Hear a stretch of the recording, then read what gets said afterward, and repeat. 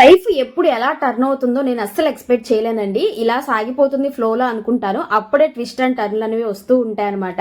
అయితే నాకు ఇప్పుడు ఏమైంది అంటే 8 మంత్స్ అవుతుంది బెంగళూరు నుంచి మేము ఇక్కడికి షిఫ్ట్ అయ్యి. ఈ 8 మంత్స్ కి మళ్ళీ ఇప్పుడు హౌస్ లోకి షిఫ్ట్ అయ్యాం. ఇందులో స్పెషల్ ఈ హౌస్ అనేది పెళ్లి కాకముందు ఇదే హౌస్ లో నేను 10 ఇయర్స్ వరకు ఉన్నాను. ఇప్పుడు అమ్మ వాళ్ళు ఈ హౌస్ అనేది ఖాళీ చేసి వాళ్ళ ఓన్ హౌస్ లోకి వెళ్ళారు కదా.